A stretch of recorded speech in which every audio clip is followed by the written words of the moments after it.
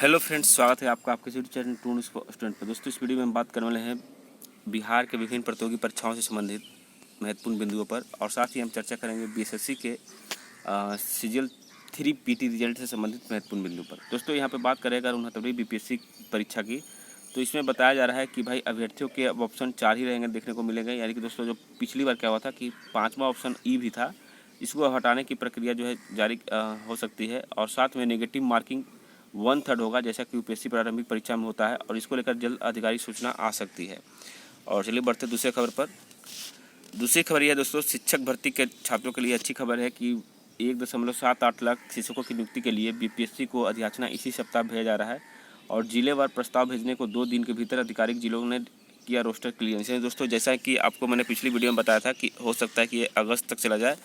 तो मामला क्या हुआ दोस्तों कि जो भी जिले थे वो सारा रोस्टर क्लियरेंस करके जो कैटेगरी वाइज वैकेंसी होती है वो विभाग को भेज दिया है, जिसके तहत अब ये विभाग जो है डायरेक्ट आयोग को ये वैकेंसी का पूरा डिटेल भेजने वाली है। और आयोग को जैसे ही ये मिलती है तो आयोग लगभग आपको 10 से 15 दिनों के अंदर इस पर जो है अधियाचना मिलने के बाद जो है आपका नोटिफिकेशन जारी कर देगा। तो आप मान के चल सकते हैं दोस्तों कि आपका जून प्रथम सप्ताह में आपका जो है विज्ञापन जारी हो सकता है। उससे पहले भी हो जाए, लेकिन जून में आने की प्रबल संभावना बढ़ गई है। ठीक है, चलिए बढ़ते हैं दोस्तों। जैसा कि आप सभी को पता है कि शिक्षक भर्ती जैसे ही ये नियमावली आई है, जिसके तहत जो पुराने सीईटी क्वालिफाइड कैंडिडेट हैं या फिर जो नियमित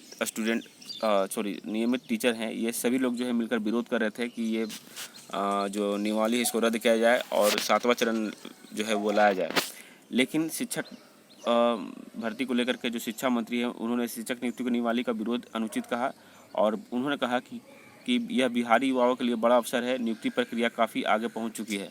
यानी दोस्तों, अब नियुक्ति प्रक्रिया आगे पहुंच चुकी है और कभी भी ये अब वापस नहीं लिया जाएगा। और इन्होंने कहा दोस्तों कि यह बिहार को युवाओं को बड़ा अवसर है। बड़ी संख्या में शिक्षकों की नियुक्ति होने जा रही है, इसे अवसर के रूप में लिया जाना चाहिए। यह बिहार की बेरोजगारी दूर करने का ऐतिहासिक कदम है। शिक्षकों की नियुक्ति की पहल बेरोजगारों के हित के है, और यह राज्य और शिक्षा हित में सरकार को बहुत बड़ी पहल है। मंत्री जी ने कहा कि शिक्षक नियुक्ति का विरोध किसी स्तर पर सही नहीं है और नहीं ठहराया जा सकता। ऐसा कदम है जिससे पूरी दुनिया में बिहार का डंका बजेगा। युवा इसका लाभ उठाएं और विभिन्न संगठनों की युवाओं और राज्य हित में इसका विरोध ही करना नहीं चाहिए। तो खैर दोस्तों, यहाँ पर देखिए, हम अगर बात करें कि ये डंका बजेगा, ये बजेगा, वो बजेगा, तो भाई इतनी बड़ी बहाली आप लाए हैं, ऐसा नहीं है कि ये पहली बार आप लाए हैं। बहुत दिनों से आप अटकाए हुए थे, ये बहाली इसलिए ला रहे हैं, तो कोई बड़ी बात नहीं है। और इसमें आपको इतना ये उतावला होने की ज़रूरत नहीं है, मंत्री जी को यही कहूँगा। और साथ ही ये बता दूँ दोस्तों कि बिहार एसएससी जैसा आयोग, जहाँ पर 8-10 वर्षों तक कोई वैकेंसी नहीं है, उसके बारे में कोई चर्चा करने को नहीं है। और बिहार एसएससी का जो सचिव है या फिर अध्यक्ष है, ये आज तक एक भी प्रेस कॉन्फ्रेंस नहीं रखते हैं।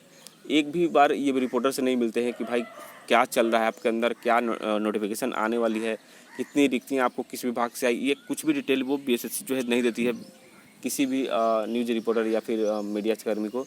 तो कम से कम उस पर भी संज्ञान लेना चाहिए सरकार को कि भाई ऐसा क्यों कर रही है, जबकि बीपीएससी जो है लगातार कुछ ना कुछ अपडेट देते रहती है और बीएसएससी एकदम शांत पड़ जाती है। तो ये गलत है कहीं ना कहीं तरीके से। अब आगे बढ़ते हैं और लास्ट में बात करेंगे सीजीएल 3 रिजल्ट के बारे में भी।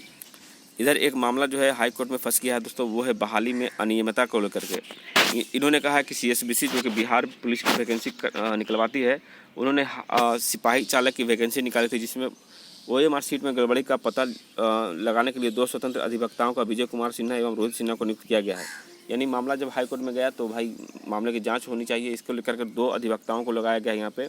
और मंगलवार को न्यायाधीश राजीव रंजन प्रसाद की एकल पीठ ने स्वदेश प्रकाश एवं अन्य 2 की दायर याचिका पर सुनवाई करते हुए उक्त आदेश दिया कि याचिकाकर्ता ने बिहार पुलिस दिनांक 25/8/2016 को प्रकाशित विज्ञापन 1/2016 के अनुसार सिपाही चालक पद पर सीधी भर्ती के लिए आवेदन किया था।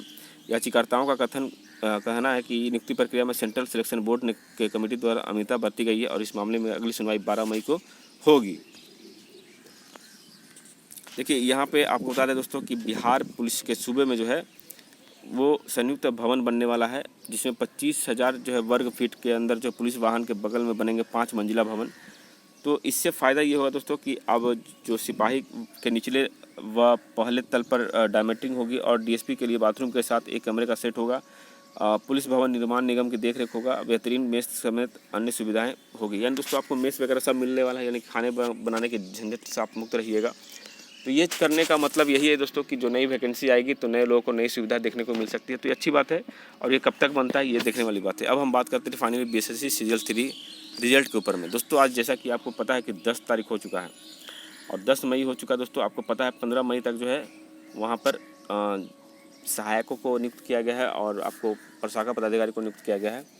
तो जैसा कि पहले भी मैं बताते आ रहा हूँ और अभी बता रहा हूँ कि आपका रिजल्ट लगभग तैयार ही है। और रही बात दोस्तों रिजल्ट डेट की कब तक आ सकता है, तो ये डिपेंड करता है बीएसएससी आयोग पर, ठीक है। इस पर जो है आप या हम कुछ नहीं कर सकते हैं, ये डिपेंडेंट है, फुली डिपेंडेंट है आपका बीएसएससी आयोग पर।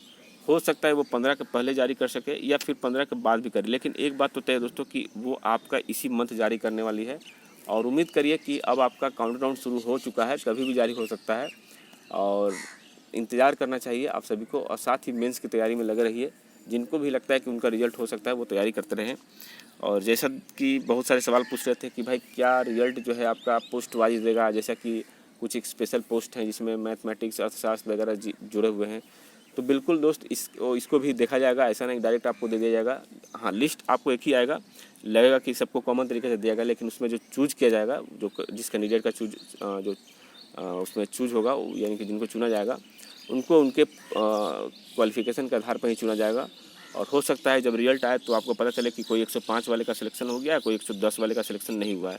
तो यही होगा ये पोस्ट वाइज जब आपका सिलेक्शन होगा। तो बाकी कोई अपडेट मिलता है तो आपको ज़रूर बताएंगे। फिलहाल यहीं पे अपना विराम लेते हैं, मिलते हैं नए वीडियो में अपडेट के साथ। जय हिंद, जय भारत।